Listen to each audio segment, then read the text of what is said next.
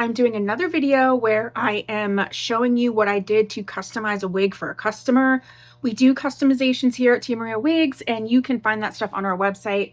But this is part 2 of what I'm doing. I do have clips of part 1, so I'm going to walk you through what I've done so far, add in clips to show you kind of what that looked like, and then I'm going to continue on and finish this one up. She's coming in today at 1:30, so that's what we're doing in this video. So the first thing that I did is I'll put clips in here to show you what it looked like ahead of time. This is a human hair wig that my customer brought in that she bought. In general, it needed some styling. She also wanted some light thinning, and the bangs are a little bit troublesome. So as you can see, I have already thinned it. Also, the lace needed cleaned up. The lace had been cut. This is a pretty expensive human hair wig, so the lace had been cut.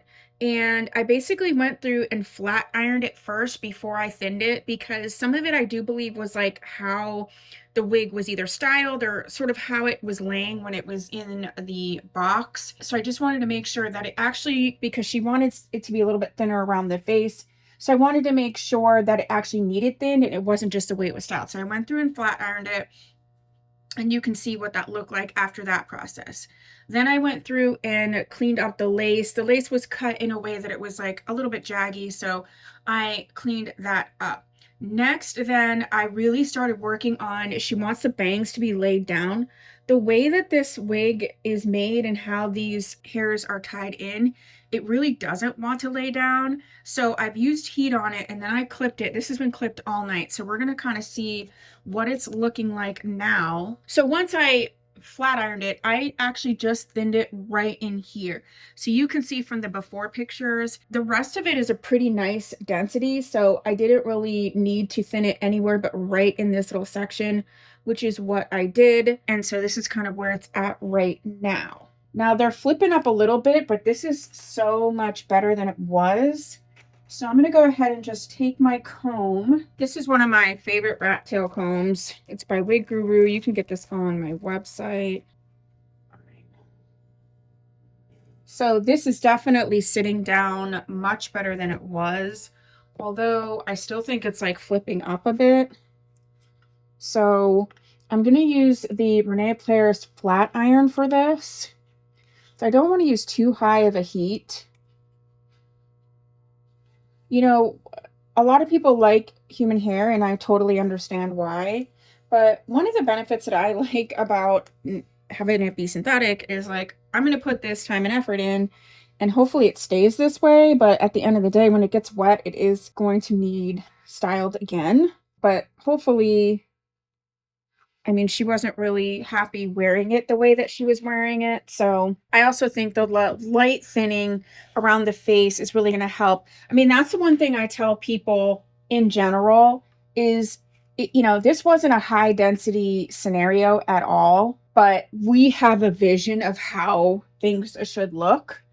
And if it doesn't look that way, it's just, you know, it's just hard in our mind's eye. Even though it's like, it's not a ton of hair at all, it did appear that way to her when she put the wig on. So, you know, we fixed that up a little bit. If you don't need to thin a wig, I mean, you don't want to necessarily, but I do light thinning.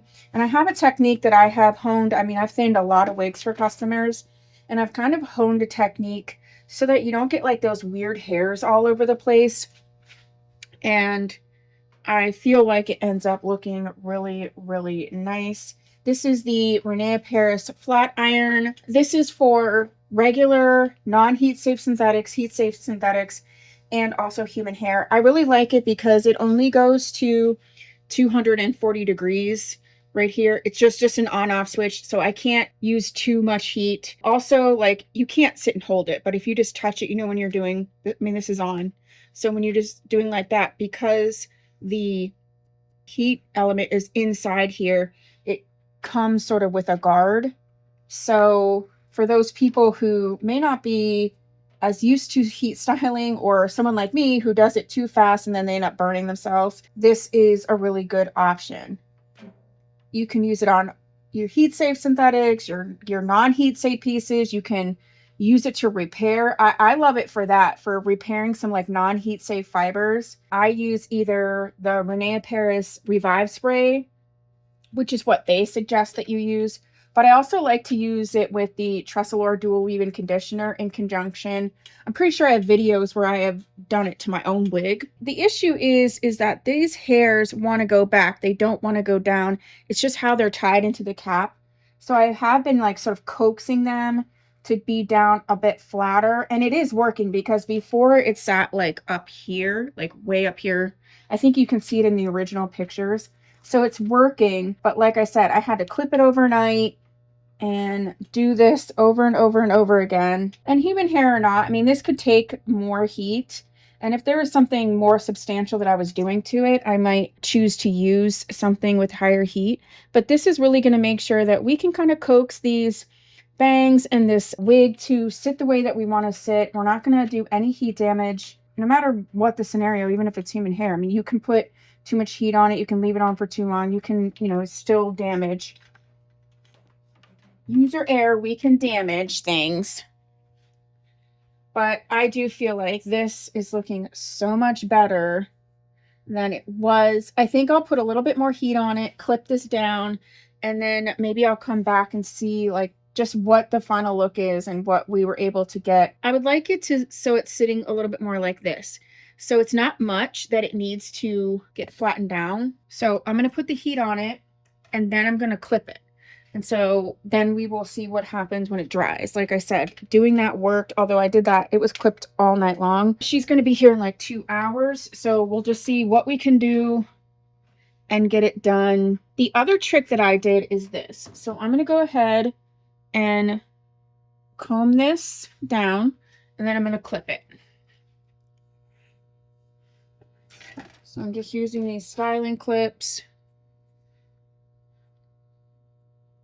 I'm holding it tight to clip it, and then I'm even going to go and clip it again to make sure that it's really, really flat. Okay. And then I go ahead and clip this side too.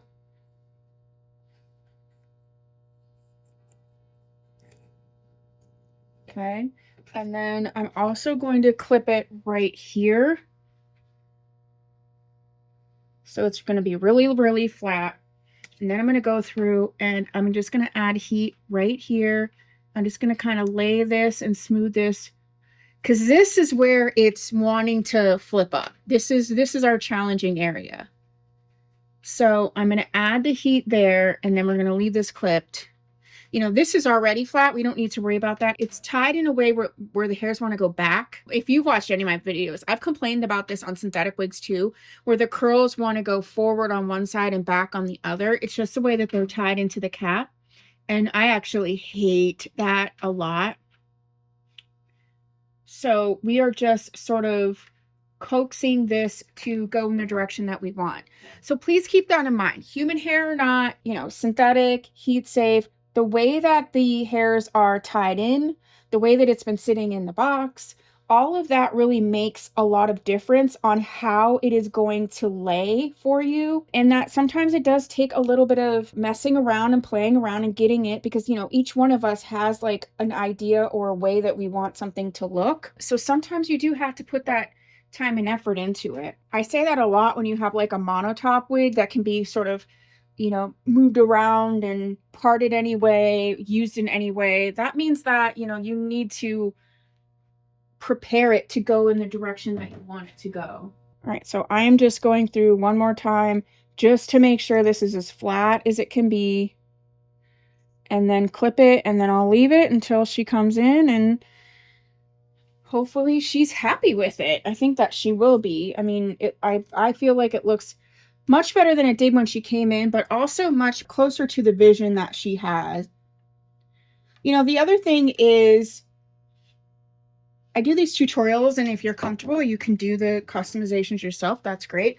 But the other thing is like, sending it to someone who's a professional, I just find so often, especially if you've not had thick hair even when you had your bio hair, some people just aren't good at styling. They're not good at doing these types of things. I mean, I have customized hundreds of wigs, hundreds. And I know that sometimes like this, like I've literally done the same thing over and over and over again over the course of 2 days so that we can achieve the look. I feel like most people would have given up already because they would have been like, oh, it's not working. And they wouldn't know that it would work. You know, they wouldn't know that if you just keep at it and keep at it, or they would think I'm doing something wrong.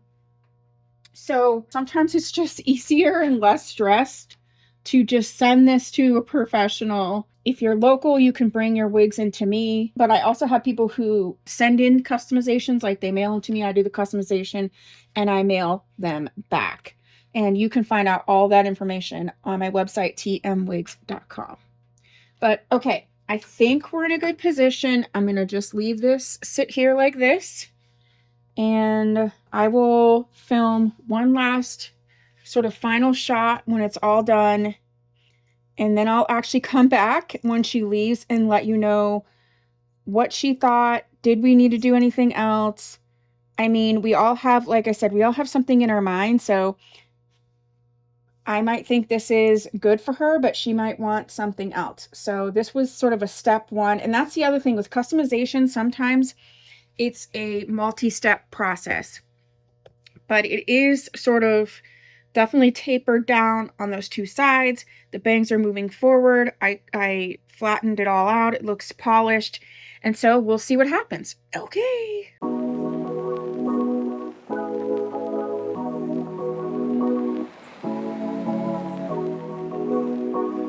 Okay, so my customer loved it, and I have to say, I love these appointments. She loved it. She ended up buying the Renee Paris flat iron because she wasn't really good at styling. So I gave her a little tutorial, showed her exactly how to use it right here while she was sitting here. And yeah, she's just really excited, and I just wanted to share that. So I hope you like this. And we talked about the customizations and the fact that, you know, she's like, I don't know how to do my hair. You know, this is the first wig I bought. It was a very expensive wig, $2,000. And so she's like, I don't want to make any mistakes. We sat here. She's like, well, maybe I should try synthetic. And I said, listen, wear this wig. I said, when you come back in to pick up the products, then we can talk synthetic. But I was like, I need you to sit with this wig, decide what do you like, what do you don't like, and then we can talk about maybe moving into synthetic.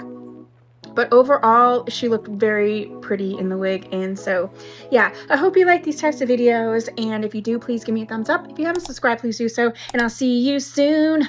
Bye.